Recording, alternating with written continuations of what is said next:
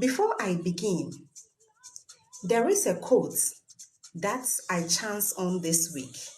And the quote says that the the eye is useless when the mind is blind. The eyes is useless when the mind is blind.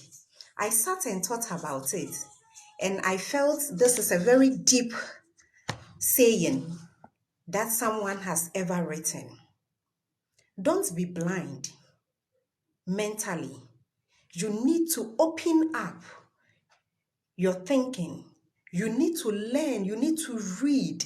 You need to be receptive to things so that you can broaden your horizon. You can broaden your knowledge base.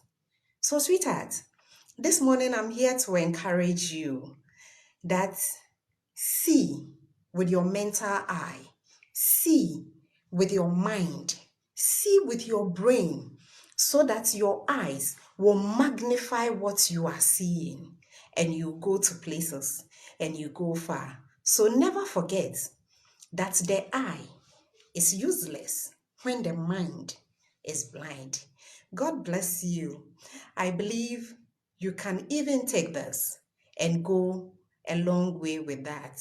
But stay with us. We are happy to have you here. Thank you so very much. I thank my team, especially CM Africa. Kojo, I salute you. Thank you very much for putting this together. I'm happy to have all of you here. Today we are talking about personal hygiene on Life Arena. What is personal hygiene? You might have heard of it severally. Someone may even say that we don't need it. Looking at the people who are on this social media handle, we don't really need it. But trust me, nobody knows it all. Like I always say, we all need it. When we talk about personal hygiene, it is simply a condition, okay, or a practice that is conducive to maintaining health and preventing diseases, especially through cleanliness. Okay, so it's supposed to be a constant practice. It is supposed to be something which is conducive for an individual to maintain health. And in so doing, you prevent diseases and so many other things which are not healthy to your living and your being. In fact, when you want to find other words which can be synonymous or similar to hygiene, then you can find words like purity, sterility, cleanliness. And I believe that all these words rings a sort of bell in your mind. It rings a sort of bell in your mind. And it's very, very important. We hear out there that there is this adage which says that cleanliness is next to godliness. I thought it was in the Bible, so I even tried looking for a quotation that states that cleanliness is next to godliness. But I found none. Okay? It is not a Bible quotation, but it is something which the fathers of the word picked it and thought of it as essential to be used, because even in the worship of God, you need to be clean. So as in our daily living, we need to be clean. Okay? So we are going to talk about personal hygiene. So that is hygiene for you. But when you want to personalize us, then it means that there is a need to constantly practice or implement certain practices that are conducive to maintaining health and preventing diseases. Okay, so what are some of the basic practices that we do? Some basic things that we do. There are so many, but I will only pick a few. I will pick a few. So we are looking at practices which embodies on three main things. Okay, when we are talking about personal hygiene, Life Arena is looking at it from three main perspectives, which is your thoughts, your deeds, and your appearance. So we are not just going to talk about keeping yourself clean, but when you want to have a wholesome personal hygiene, then you need to address all these three essential pillars, which is your thoughts, your deeds, which includes what you do, okay, and then your physical, your appearance, okay. So when we talk about the physical, which we mostly concentrate on, then we are looking at things that borders on dental or oral hygiene. We are looking at body hygiene, which includes taking care of the body and also what we clothe the body with, like clothing, dresses, and what have you. We are also looking at something like hand washing and foot care, nail care. We are looking at genital hygiene. We are looking at menstrual hygiene and what have you. So on our physical outlook, we need to look good. And looking good is very essential because when we keep our bodies clean, it has a lot of benefits that it adds to us. Okay? It's of value. It's essential value to us. On our body, why do we have to bath? I will not sit on this platform to say that bath twice a day or thrice a day or 4 times a day or even once a day. No, because we live in different environments. We live in different parts of the world. And depending on how suitable your environment is, if it enhances bathing, then you need to do it because when you live in the cold, when you live in the cold area, definitely regular bathing may not be necessary because one, you may not be sweating, okay, and therefore even once a day bathing will be essential and okay. You will not be sweating, so the body will not be collecting a lot of dirt through sweat or dust in the environment, which may be okay.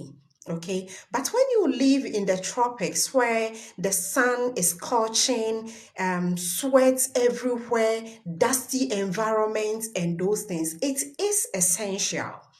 If you have the resources in form of water, clean water, soap, then bathing twice a day is essential because it helps remove the dirt that the body has collected in that day, leaving your body clean from any germ which could settle on the body and cause any disease. Apart from that, getting clean clothing is essential. It doesn't mean having a whole wardrobe of clothing, but even if you have one or two or three or four, keeping it clean and wearing it is always essential because it stands you out. You stand out when you look neat in your dress, not with stains, not crumpled or whatever. Okay, official, you are welcome. So, appearance wise, looking neat and good is very essential. We will look at the looking good. And trust me, it is very good you look good. We can also look at body wise, the pubic areas, the hairs that grows on our private parts. How well do we keep them? They are supposed to be kept short and neat, okay? God, in his own wisdom, brought them in those special places to provide protection in that area. However, if you don't maintain it well, if you don't keep it well, it will turn up to breed germs that will cause diseases in that area. So you actually need to make a conscious effort of keeping your pubic hairs in the pubic area short, clean, and neat, especially for the women between the anal and the vaginal opening. There are some hairs that grow in this area that sometimes if you don't take care, you cannot remove, but you need to make a conscious effort to remove it because the more it grows in that area, it collects dirt. Sometimes you see that there is some whitish thing that is surrounding it. You need to remove it. And for the men, behind the scrotal sac, the scrotum, which is the testis, behind the testis and the anal part, hairs that grows there, we need to make a conscious effort to remove it to look neat and clean. Our underwears need to be kept clean. It is essential to change it every day. Very, very essential so that we will look fine. When it comes to our mouth, okay, dental care is very, very essential, and orally, you need to smell good in your mouth. Because if you are talking to someone and someone smells something which is not pleasant from you, that person is going to turn away. If it is your partner, kissing is going to be a thing in the past. She will not like or he will not like to indulge in kissing or whatsoever. So keeping your body, your mouth, your hair, your skin clean is very, very important. Talking about all that, I will move on from the physical outlook to our thoughts. Like I said from the beginning, personal hygiene is not just about keeping up appearance, but your thoughts. Your thoughts can be so dirty that when you talk, the words you have uttered can smell, will not be pleasant. So in as much as we want to keep our bodies clean for people who meet us to see how neatly dressed we are, we need to have a clean thought. A clean thought, okay? Like the quote I gave before this presentation, the eyes are useless when the brain, when the mind is blind. And your mind can be blind depending on the things you think about, the things you process in your mind. In fact, we need to have a thought and a conscience that is positive, that is lively, that is good for our own self and also for others. And it is very essential. So I need you to sit back, reassess yourself, look at the thoughts you process day in and out to see whether they are thoughts that are very hygienic, that helps to improve your health or that helps to deteriorate your health. Because there are some thoughts that you engage in that can stress you out, that can take a quality time from your life. So what are your thoughts? What do you process? What do you engage in? You are welcome to Life Arena. We are talking about personal hygiene. I'm just giving a highlight of it. And after that, we will have you send an invite. I will put you in the box. Then you share your experience with us or you give a contribution for what is being discussed. I have said, nobody knows it all. I don't know it all myself. So you can come. If there is an input you need to make, you are free to make that. As I go on, so in our thoughts, we need to have a clear thought and a clear conscience. Where do we take that clearness from? It is from what you feed yourself with. What do you feed your mind with? What do you read? What do you listen to? What do you hear? You need to conscientize yourself if you want to have a personal hygiene, like I have said, which does not encompass only the physical outlook, but what your thoughts and your deed. Then there is a need to make a conscious effort to look at what makes up your thoughts. Okay? So, what you read per your religion, you need to learn and know what your religion holds and what it says about good living with other people, friendship, relationship, building it, and everything. Then you practice it, constant practice. In that way, it helps you to see what you utter out, what you bring out, which is your deeds. Okay, your deeds actually is like a mirror that people see who you are true. And if you are neat, you are clean. In the mirror of the eye of people, they will see you as you are.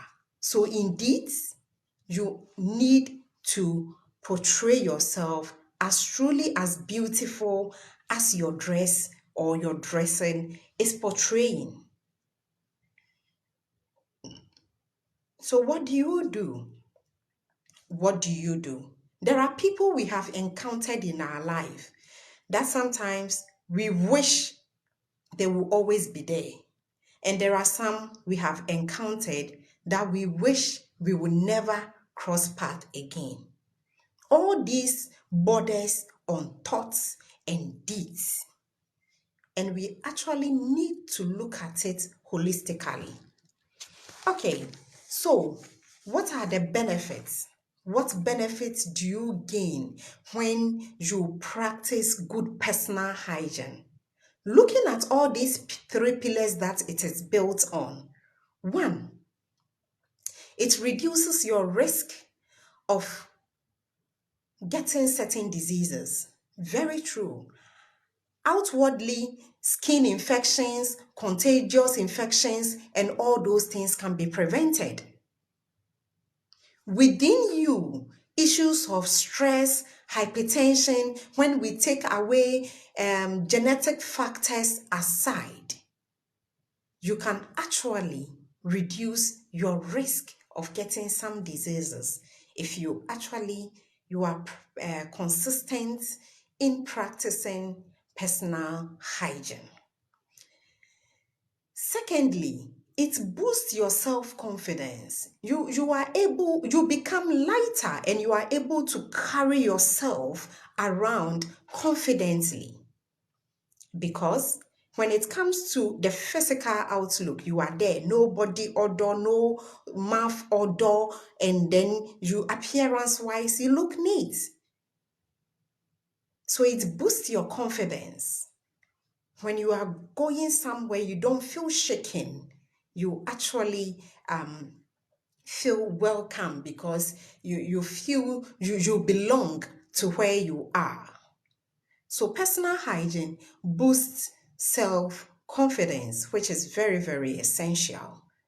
Sometimes when we're growing, when you feel dirty among your peers, you want to even hide. You don't want to come close to them and what have you. But if you feel neat, when you wear your new dress and you feel neat, you come out confidently and boldly walking about. Okay? So personal hygiene actually boosts your self-confidence. What I also want to say is that it enhances good personal hygiene. In fact, some people have lost very good friends because of issues bordering on personal hygiene, being it oral, being it body odor, being it the way they talk, what they utter, and the things they do. So, good personal hygiene, if well practiced, it enhances good personal relationship across. Trust me, some relationships, marriages, courtships, and other things are being broken down because because of issues bordering on personal hygiene. Someone feels someone has odor where somewhere. That is why that is happening. So we want to boost ourselves. We want to reduce our risk to diseases, and we want to enhance good personal relationship. Issues that hinges on our thoughts, our deeds, and our physical appearance. This is what we have for you on Life Arena.